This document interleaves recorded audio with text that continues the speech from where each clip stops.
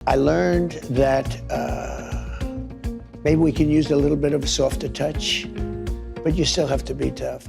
I have announced effective immediately, we will draw down 700 people effective today. 700 law enforcement personnel. በአሜሪካ የፖለቲካ መድረክ ላይ የኢሚግሬሽንና የድንበር ደህንነት ጉዳይ ሁልጊዜም እንደዋና የክፍፍል አጀንዳ ሆኖ ቆይቷል። ይሁን እንጂ በቅርቡ ፕሬዚዳንት ዶናልድ ትራምፕ ያስተላለፉት አንድ ትዕዛዝ የአሜሪካን ፌዴራላዊ አሰራርና የሕግ ማስከበር ተቋማት ሚና ዳግም ለክርክር አጋልጧል። ፕሬዚዳንቱ የኢሚግሬሽንና የጉምሩክ ማስከበሪያ ተቋም ወይም አይሲኢ ከሚኒሶታ ግዛት እንዲወጣ ማዘዛቸው በዋሽንግተንና በክልል መንግስታት መካከል ያለውን ሽኩቻ ወደ አዲስ ምዕራፍ አሸጋግሮታል። ይህ ውሳኔም በድንገት የተወሰደ ቢመስልም ከጀርባው ግን ጥልቅ የሆኑ ፖለቲካዊ ስሌቶችን፣ የህዝብ ተቃውሞዎችንና የታሪክ ትዝታዎችን ያቀፈ ነው። ሰላም ጤና ይስጥልን ውድ የኦርቢት ሚዲያ ቤተሰቦች እንደምን ሰነበታችሁ? በዛሬው ዝግጅታችን ትራምፕ ስላስተላለፉት አስደንጋጭ ውሳኔና ስለ ቀጣዩ የስደተኞች ዕጣ ፈንታ በሰፊው እንዳስሳለን። እስከ ዝግጅታችን ፍጻሜ ድረስ አብራችሁን ዝለቁ። ወቅታዊ ዓለም አቀፍ መረጃዎች ቶሎ ቶሎ እንዲደርሱ ቻናላችንን ሰብስክራይብ፣ ላይክ እና ሼር ማድረግ ቤተሰብ መሆን አይርሱ።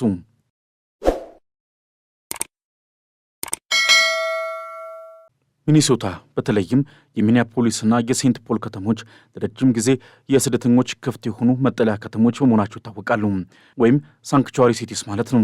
የአካባቢው ባለሥልጣናት ከፌዴራላዊ የአይሲኢ ተቋም ጋር ለመተባበር ፈቃደኛ ባለመሆናቸው በትራምፕ አስተዳደርና በሚኒሶታ ግዛት አመራሮች መካከል ያለ ግንኙነት ሲሻክር ቆይቷል።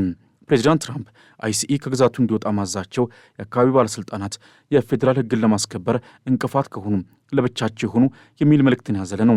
ትራምፕ ይህን እርምጃ የወሰዱት የአካባቢው ፖሊስና የፍትህ አካላት ከኢሚግሬሽን ባለሥልጣናት ጋር ያላቸውን ትብብር በማቋረጣቸው የፌዴራል ወኪሎች ስራቸውን ለመስራት ደህንነታቸው አደጋ ላይ መውደቁ በመጥቀስ ነው።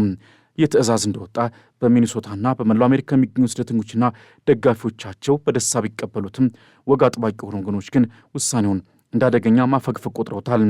ከህዝብ የተሰበሰቡት ድምጾች እንደሚያመለክቱት በአሜሪካ ማህበረሰብ ውስጥ ስለ አይሲኢ ያለው አመለካከት እጅግ የተከፈለ ነው። አንድ ወገን አይሲኢን እንደ ሀገር ደህንነት ጠባቂ፣ ህገወጥ ድርጊቶችን የሚከላከልና ስርዓትን የሚያስከብር ተቋም አድርገው ሲመለከተው፣ ሌላው ወገን ደግሞ ተቋሙን የሰብአዊ መብት ጥሰት የሚፈጽም፣ ቤተሰቦችን የሚበትንና ስደተኞችን የሚያሸብር የጨቋኝ ስርዓት መሳሪያ አድርገው ይፈርጀዋል። በቅርቡ የተሰበሰቡ የህዝብ አስተያየቶች እንደሚያሳዩትም በተለይም ወጣቱ ትውልድ አቦሊሽ አይሲኢ ወይም አይሲኢ ይፍረስ የሚለውን መፈክር በስፋት እያስተጋባ ይገኛል። ይህ ቡድን አይሲኢ ከተመሠረተበት እንደ አውሮፓውያን አቆጣጠር 2003 ጀምሮ በስደተኞች ላይ ያደረሰው የስነ ልቦናና የአካል ጉዳት ሊታረም የማይችል መሆኑን ይከራከራል።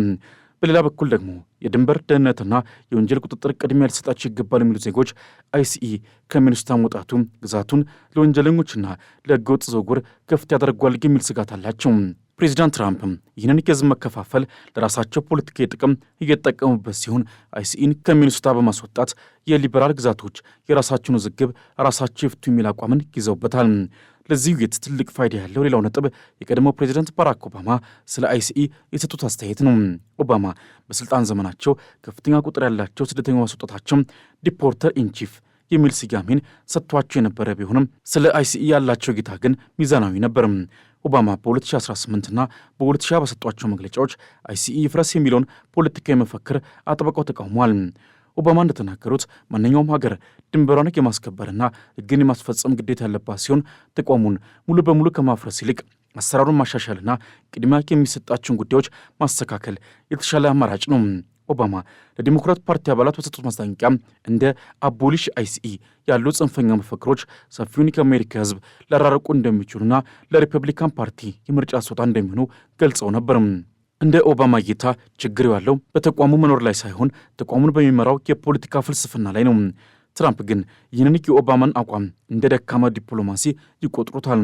ትራምፕ አይሲኢን ከሚጠቀሙበት እንደ ጠንካራ ወታደራዊ ክንፍ ሲሆን አይሲኢ ከሚኒሶታ እንዲወጣ ማዛቸው ደግሞ ለተቋሙ ያላቸውን ታማኝነት ሳይሆን ለተቀናቃይ ግዛቶች ያላቸውን ንቀት የሚያሳይ ነው። ሚኒሶታ ውስጥ ያለው ሁኔታ አሁን ላይ እጅግ ውስብስብ ሆኗል። የአይሲኢ ወኪሎች ከግዛቱ መውጣት መጀመራቸውን ተከትሎ የፌዴራል እስር ቤቶች ውስጥ የነበሩ ስደተኞች ዕጣ ፈንታም ጥያቄ ውስጥ ወድቋል። አንዳንድ ተንታኞች እንደሚሉት ትራምፕ አይሲኢን ከሚኒሶታ ያስወጡት በሚቀጥለው ምርጫ በሚኒሶታ የሚኖረውን የሪፐብሊካን ድምፅ ለማጠናከር ነው። አይሲኢ በሌለበት ግዛት ውስጥ የወንጀል መጠን ቢጨምር ትራምፕ ተመልከቱ አይሲኢን ስላስወጣው ግዛቱ ተመሰቃቀለ ማለት ሊቀሰቀሱበት እንደሚችሉ ይገመታል። ይህ ስልታዊ እርምጃ ተቋማትን እንደ ፖለቲካዊ ቁማር የመጠቀም ልምድ አካል ተደርጎ ይወሰዳል። በሌላ በኩል ደግሞ የሚኒሶታ ባለስልጣናት ትዕዛዙን እንደ ድል ቢመለከቱትም የፌዴራል ፈንድና የደህንነት ድጋፍ ሊቋረጥ ይችላል የሚል ስጋት ገብቷቸዋል። አይሲኢ ከኢሚግሬሽን ባለፈ በህገወጥ የሰዎች ዝውውር ወይም ሂማን ትራፊኪንግና በዓለም አቀፍ የወንጀል መረቦች ላይ ምርመራ የሚያደርግ ተቋም በመሆኑ ሙሉ በሙሉ ከግዛቱ መውጣቱ የደህንነት ክፍተት መፍጠሩ አይቀር ይሆናል። የህዝብ አስተያየቶች እንደሚጠቁሙት ብዙዎች የሚፈልጉት አይሲኢ ከግዛቱ እንዲወጣ ሳይሆን ህጋዊ ስደተኞችንና ወንጀለኞችን ለይቶ የሚያይ ሰብአዊ አሰራር እንዲኖረው ነው። ይህ በትራምፕ የተሰጠው ትዕዛዝ በአሜሪካ የፖለቲካ ታሪክ ውስጥ የፌዴራል መንግስትና የግዛቶች ስልጣን ወይም ፌዴራሊዝም ቨርሰስ ስቴት ራይትስ ያለበትን ውጥረት ቁልጭ አድርጎ ያሳያል። ትራምፕ አልተባበራችሁኝም፣ ስለዚህ ጥያችሁ ሄዳለሁ የሚል አይነት የግል ስሜት የሚንጸባረቅበት ውሳኔ ማሳለፋቸው የአሜሪካ ተቋማዊ መዋቅር ምን ያህል ለአንድ ግለሰብ ፍላጎት ተጋላጭ የሆነ መምጣቱን ያሳያል። የኦባማ ጥንቃቄ የተሞላበት ምክርና አሁን ያለው የትራምፕ ጽንፈኛ እርምጃ መጋጨታቸው አሜሪካ ወደፊት የምትከተለውን የኢሚግሬሽን ፖሊሲ ይበልጥ እንቆቅልሽ አድርጎታል። የአይሲኢ ከሚኒሶታ መውጣት የአሜሪካንን የፖለቲካ ካርታ ዳግም ሊከልሰው ይችላል። ስደተኞች ለጊዜው እፎይታ ቢያገኙም የወደፊት ዋስትናቸው ግን አሁንም በዋሽንግተን በሚደረገው የስልጣን ሽኩቻ ላይ የተንጠለጠለ ነው። የህዝብ ድምፅ አሁንም እየተሰማ ነው። አንዳንዶች ተቋሙ ይፍረስ ይላሉ፣ ሌሎች ይጠናከር ይላሉ፣ ኦባማ ደግሞ ይስተካከል ይላሉ። ትራምፕ ግን እኔ እንደምፈልገው ይሁን ካልሆነ ግን ተበላሹ የሚል መንገድን እየመረጡ ነው እየተባለ ነው። ይህ ሂደት የአሜሪካንን ዲሞክራሲ ተቋማትና የህግ ማስከበር ስርዓት ለከፍተኛ ፈተና የዳረገ ሲሆን ውጤቱም በሚቀጥሉት ዓመታት በሚካሄዱ ምርጫዎችና በሚወሰዱ የህግ እርምጃዎች የሚታይ ይሆናል። ይህ የትራምፕ ውሳኔ በሚኒሶታ ግዛት ላይ ብቻ የሚወሰን ሳይሆን በመላው አሜሪካ ለሚገኙ ሌሎች የመጠለያ ከተሞች ወይም ሳንክቹሪ ሲቲስና ግዛቶች ትልቅ የፖለቲካ ማስጠንቀቂያ ነው። ትራምፕ አይሲኢ ከሚኒሶታ በማስወጣት የወሰዱት እርምጃ በፌዴራል መንግስትና በግዛቶች መካከል ያለውን የስልጣን ሽኩቻ ወደ አደገኛ ደረጃ አሸጋግሮታል። ይህ እርምጃም በዋነኝነት ያነጣጠረው በሊበራል ፖሊሲዎቻቸው የሚታወቁትን የግዛት መሪዎችን ለመቅጣትና ለደጋፊዎቻቸው ደግሞ የማይተባበሩንን እንተዋቸዋለን የሚል መልእክትን ለማስተላለፍ ነው።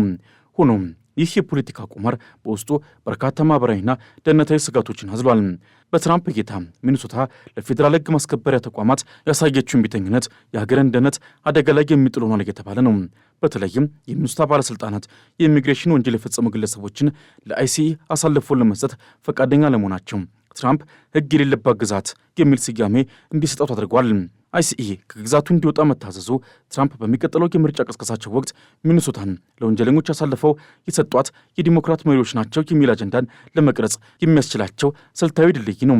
ዶናልድ ትራምፕ በእርግጥ በመጪው ምርጫ የማይሳተፉ ቢሆንም ፓርቲያቸውን ለማስቀጠል ግን የሚጠቀሙበት ሊሆን ይችላል። ይህ አካሄድ የተመረጠ ማግለል ተብሎ የሚጠራ ሲሆን የፌዴራል መንግስት በአንድ ግዛት ላይ ያለውን ኃላፊነት በፖለቲካዊ ምክንያት ሲያነሳ የታየበት ብርቅዬ ክስተት ሆኗል። የባራክ ኦባማን አቋም ስንመለከት ደግሞ ሁኔታው ከትራምፕ እጅግ የራቀና ሚዛናዊነትን የሚፈልግ እንደነበር በግልጽ እንረዳለን። ኦባማ በስልጣን ዘመናቸው አይሲኢን ሲጠቀሙበት የነበረው በስሜታዊነት ሳይሆን በተቋማዊ አሰራር ነበር። ኦባማ አቦሊሽ አይሲኢ ወይም አይሲኢ ይፍረስ የሚለው መፈክር የፖለቲካ ስህተት ብለው የጠሩትም በምክንያት ነው። በእሳቸው እይታ አንድን ተቋም ማፍረስ ችግሩን አይፈታውም፣ ይልቁንም ተቋሙን በሕግና በአሰራር ማስተካከል ነው የሚበጅ ይላሉ። ኦባማ በ2020 በሰጡት ቃለ መጠይቅም ሰዎች ደህንነት እንዲሰማቸው ይፈልጋሉ፣ ድንበር እንዲከበር ይፈልጋሉ፣ ተቋማቱን ማፍረስ ሳይሆን ቅድሚያ የሚሰጣቸውን ጉዳዮች መቀየርን ያለብን በማለትም ተናግረው ነበር። ኦባማ አይሲኢን እንደ ወንጀለኞች ማደኛ መሳሪያ እንጂ እንደ ቤተሰብ መበተኛ መሳሪያ እንዲያገለግል አይፈልጉም ነበር። ትራምፕ ግን የኦባማን ተቋማዊ ማሻሻያ ፍልስፍና ወደ ጎን በመተው ተቋሙን እንደ ፖለቲካዊ ጦር ግንባር እየተጠቀሙበት ይገኛሉ። አይሲኢ ከሚኒሶታ እንዲወጣ ሲታዘዝ የኦባማ ስጋት የነበረው የደህንነት ክፍተት አሁን በሚኒሶታ ላይ መታየት ጀምሯል። አይሲኢ ከኢሚግሬሽን ቁጥጥር በተጨማሪ እንደ እጽ ዝውውር፣ የሰዎች ዝውውርና ዓለም አቀፍ የገንዘብ ማጭበርበር ያሉ ወንጀሎችን የሚመረምር ተቋም ነው። ይህ ተቋም ከግዛቱ ሲወጣ እነዚህን ወንጀሎች የመከላከል ኃላፊነት ሙሉ በሙሉ በሚኒሶታ ፖሊስ ላይ ይወድቃል። ይህ ደግሞ ቀድሞውንም በሰው ኃይል እጥረትና በፖለቲካዊ ጫና ውስጥ ላለው የሚኒሶታ ፖሊስ ከባድ ሸክም ይሆናል። ከህዝብ የተሰበሰበው ድምፅም ይህንን ስጋት እንዲሁም ተስፋ በግልጽ ያሳያል። በሚኒሶታ የሚኖሩ የስደተኛ ማህበረሰቦች በተለይም የሶማሊያና የላቲን አሜሪካ ተወላጆች የአይሲኢን መውጣት እንደ ትልቅ እፎይታ አይተውታል። ለዓመታት በአይሲኢ ወኪሎች ድንገተኛ አሰሳና እስራት ስጋት ውስጥ የነበሩ ቤተሰቦች አሁን በነጻነት የመንቀሳቀስ ዕድል አግኝተዋል። አሁን ልጆቻችን ወደ ትምህርት ቤት ስንልክ አንሰጋም የሚሉ ድምፆችም በስፋት ይሰማሉ። ይሁን እንጂ በሌላ በኩል የሚኒሶታ ነዋሪ የሆኑ የአሜሪካ ዜጎች ወንጀለኞች በዚህ አጋጣሚ ጠቅመው ወደ ግዛታችን ቢገቡ ማን ይጠብቀናል የሚል ስጋት እያነሱ ነው። ይህ የህዝብ መከፋፈል በትራምፕና በዲሞክራቶች መካከል ያለውን የርዕዮተ ዓለም ጦርነት ይበልጥ እንዲፋፋም አድርጎታል። ትራምፕ አይሲኢን ከሚኒሶታ እንዲወጣ ማዛቸው የፌዴራሊዝም መርህን አዲስ ትርጉም ሰጥቶታል። በአሜሪካ ህገ መንግስት መሰረት ግዛቶች የፌዴራል ህግን ለማስፈጸም ግዴታ የለባቸውም። ነገር ግን የፌዴራል መንግስትም ግዛቶቹ ካልተባበሩት አገልግሎቱን የመንሳት መብት አለው። ትራምፕ ይህንን የህግ ክፍተት በመጠቀም ሚኒሶታን ወታደራዊ ጥበቃ እንደሌለው ቀጠና አድርገዋታል። ይህ ደግሞ በሌሎች ግዛቶች ላይም ከእኛ ጋር ካልተባበራችሁ አይሲኢንም ሆነ ሌላ የፌዴራል ድጋፍን እናነሳለን የሚል ፍርሃትን ፈጥሯል። ይህ የማስገደጃ ዲፕሎማሲ በትራምፕ አስተዳደር ውስጥ በስፋት የሚታይ መገለጫ ሆኗል። የኦባማ ስጋት አሁን በተግባር እየታየ ነው። ኦባማ አይሲኢን ይፍረስ የሚለው መፈክር ሰፊውን ህዝብ ያስቆጣል ብለው ያስጠነቅቁትም እንዲህ አይነቱን የትራምፕ እርምጃ አስቀድመው በመገመት ሊሆን ይችላል። ምክንያቱም አይሲኢ ከግዛቱ መውጣቱ የሚያስከትለው አሉታዊ ውጤትም በመጨረሻ የሚጠቅመው ትራምፕን ነው። በሚኒሶታ ውስጥ ጥቃቅን ወንጀሎች እንኳን ቢበራከቱ ትራምፕ ተመልከቱ፣ ስደተኞችን ለመጠበቅ ብላችሁ ደህንነታችሁን አጣችሁ በማለት ለምርጫ ቅስቀሳ ይጠቀሙበታል። ይህ ማለት ትራምፕ አይሲኢን ያስወጡት በሚኒሶታ ላይ ለውጥ ለማምጣት ሳይሆን ሚኒሶታን እንደ መጥፎ ምሳሌ ለዓለም ለማሳየት ነው የተባለ ነው። በዚህ ሁሉ መሃል የሚገኙ ስደተኞች ግን አሁንም በሁለት እሳት መካከል ናቸው። አይሲኢ ከሚኒሶታ መውጣቱ ለጊዜው ከስርዓት ቢያድናቸውም በፌዴራል ደረጃ ያላቸው የህግ ከለላ ግን ጠፍቷል። ለምሳሌ አንድ ስደተኛ በሚኒሶታ ውስጥ ጥገኝነትን ቢጠይቅ ጉዳዩን የሚያየው አይሲኢ በሌለበት ሁኔታ የትኛው አካል ነው የሚለው ጥያቄ ምላሽ አላገኘም። ይህ ማለት ስደተኞቹ በህግ አልባ ቀጠና ውስጥ እንዲቀሩ ተደርጓል ማለት ነው። ትራምፕ ይህንን ክፍተት የፈጠሩት ስደተኞችን ወደ ሌላ ተባባሪ ግዛት እንዲሰደዱ አሊያም ተስፋ ቆርጠው ወደ ሀገራቸው እንዲመለሱ ለማድረግ እንደሆነም ይገመታል። በቅርቡ በተደረገ በዚሁ የህዝብ አስተያየት ጥናት አብዛኛው አሜሪካዊ አይሲኢ እንዲኖር ነገር ግን አሰራሩ እንዲሻሻል እንደሚፈልግ ተረጋግጧል። ይህ የሚያሳየው ኦባማ መካከለኛ መንገድ ወይም ሚድል ግራውንድ አሁንም በህዝብ ዘንድ ተቀባይነት እንዳለው ነው። ነገር ግን ትራምፕ ይህንን መካከለኛ መንገድ አይፈልጉትም። እርሳቸው የሚፈልጉት ወይ ሙሉ በሙሉ ታዛዥ መሆን አሊያም ደግሞ ሙሉ በሙሉ መገለል ነው። ይህ ሁለቴ ካልሆነ አይሆንም የሚለው የትራምፕ ስሌት የአሜሪካን ዲሞክራሲ ተቋማት ገለልተኛነት እያጠፋ ይገኛል። የአይሲኢ ከሚኒሶታ መውጣት በሌሎች የሪፐብሊካን ግዛቶች ላይ ደግሞ ተቃራኒ ውጤትን አምጥቷል። እንደ ቴክሳስና ፍሎሪዳ ያሉ ግዛቶችም አይሲኢ በሚኒሶታ የተወውን የሰው ኃይልና በጀት ወደ እነሱ እንዲመጣ ጥያቄ እያቀረቡ ነው። ይህ ደግሞ አሜሪካንን በሁለት ጎራ የከፈለ የደህንነት ስርዓት እንዲፈጠር እያደረገ ነው። በአንድ በኩል ስደተኞች የሚከበሩባቸው ነገር ግን የፌዴራል ጥበቃ የሌላቸው ግዛቶች፣ በሌላ በኩል ደግሞ ስደተኞች የሚታደኑባቸው ነገር ግን በፌዴራል በጀት የሚጥለቀለቁ ግዛቶች። ይህ ልዩነት በረጅም ጊዜ የሀገሪቱን አንድነትና የህግ የበላይነት አደጋ ላይ የሚጥል ነው።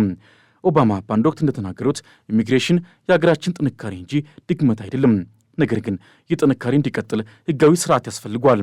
ትራምፕ ግን ይህንን ህጋዊ ስርዓት ለፖለቲካ መሳሪያነት ቀይረውታል። አይሲኢ ከሚኒሶታ እንዲወጣ ማዛቸው ተቋሙን ከማጠናከር ይልቅ እንደ ቅጣት መሳሪያ እንዲታዩም አድርጎታል። ይህ ደግሞ በተቋሙ ውስጥ ለሚያገለግሉ በሺዎች የሚቆጠሩ ወኪሎችም ቢሆን አስቸጋሪ ሁኔታ ፈጥሯል። ወኪሎቹ በፖለቲካ ውሳኔ ምክንያት ስራቸውን እንዲያቆሙ መደረጋቸው ለተቋሙ ያላቸውን ታማኝነትና ሞራልም የሚነካ ነው። ይህ በትራምፕ በኦባማና በሚኒሶታ ህዝብ መካከል ያለው ሽኩቻ አሜሪካ ራሷን የምትፈልግበት ታላቅ የትግል አውድማ ነው። ጦርነቱ በአይሲኢና በስደተኞች መካከል ብቻ ሳይሆን አሮጌው ተቋማዊ አሰራርና በአዲሱ የግለሰብ ፍላጎት በሚመራው ፖለቲካ መካከል ነው። በሚቀጥሉት ዓመታትም የሚኒሶታ የአይሲኢ አልባ ሙከራ ውጤቱ ምን እንደሚሆን ዓለም በጉጉት ይጠብቃል። ግዛቱ ወደ ሰላምና ብልጽግና ያመራል ወይስ ትራምፕ እንዳሉት ወደ ትርምስ? ይህ ጥያቄ የአሜሪካንን የኢሚግሬሽን ፖሊሲ ብቻ ሳይሆን የዓለምን ሀያል አገር የወደፊት የዲሞክራሲ ጣፈንታ የሚወስን ይሆናል። የህዝብ ድምፅ፣ የኦባማ ምክርና የትራምፕ ግትርነት ተጋጭተው የሚወልዱት ውጤትም ለአዲሱ ትውልድ አሜሪካውያን ትልቅ የታሪክ ትምህርት ሆኖ ይቆያል። ይህ የትንታኔ ዘገባ የሚያሳየው የአንድ ተቋም መኖር ወይም መጥፋት ጉዳይ ብቻ ሳይሆን አሜሪካ ራሷን እንደ ሀገር የምታይበት መንገድ እየተለወጠ መሆኑን ነው። በትራምፕ በኦባማና በህዝብ ፍላጎት መካከል ያለው ትግልም የመካከለኛው አሜሪካን ሰላምና መረጋጋት የሚወስን ወሳኝ ጉዳይ ሆኖ ይቀጥላል። ለዛሬ በዚሁ አበቃን። ቻናላችንን ሰብስክራይብ፣ ላይክና ሼር በማድረግ ቤተሰብ ይሁኑ። በሚቀጥለው ጊዜ እስክንገናኝ ድረስ ሰናይ ጊዜ ይሁንላችሁ።